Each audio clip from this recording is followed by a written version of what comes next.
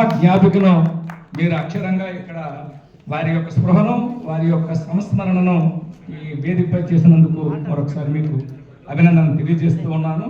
ఈ వరుస క్రమంలో నా కవితను కూడా వినిపిస్తాను. లాస్ట్లో కన్నా నేను ఇప్పుడే వినిపిస్తాను. కొంచెం నాకు సమయం అయింది. నేను ఒక గజల్.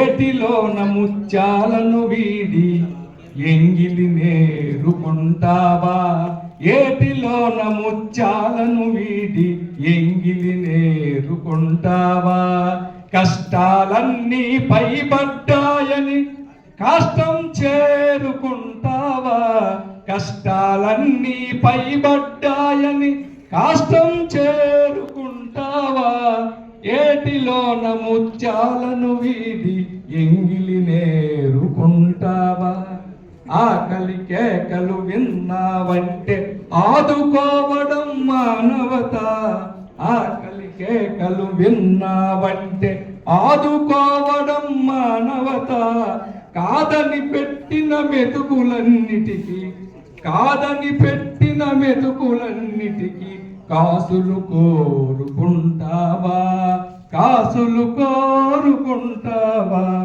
జాతి ప్రాణాల రక్షణలో, జాతి ప్రాణాల రక్షణలో జాగృతి గీతం కావాలోయ్, మనంద స్త్రీలాగా జాగృతి గీతం కావాలోయ్, చప్పుడు చేయని పిల్లిలాగా, చప్పుడు చేయని పిల్లి రీతిగా చల్లగా జారుకుంటావా, చప్పుడు చేయని పిల్లి రీతిగా చల్లగా జారుకుంటావా, ఆపదలో గల అబల గొంతుకను ఆలకించడం నీ మనవి, ఉరిమిన విధాన పోరు సల్పకనే, ఉరిమిన విధాన పోరు సల్పకనే చేరి ఊరుకుంటావా, ప్రేమ సౌదమది కరిగిపోయనని విషాదమేలాదానా, ప్రేమ సౌదమది కరిగిపోయనని